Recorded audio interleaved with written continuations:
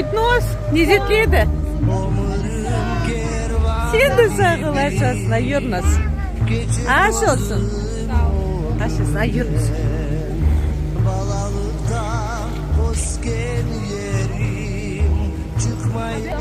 Anladım. Yunus.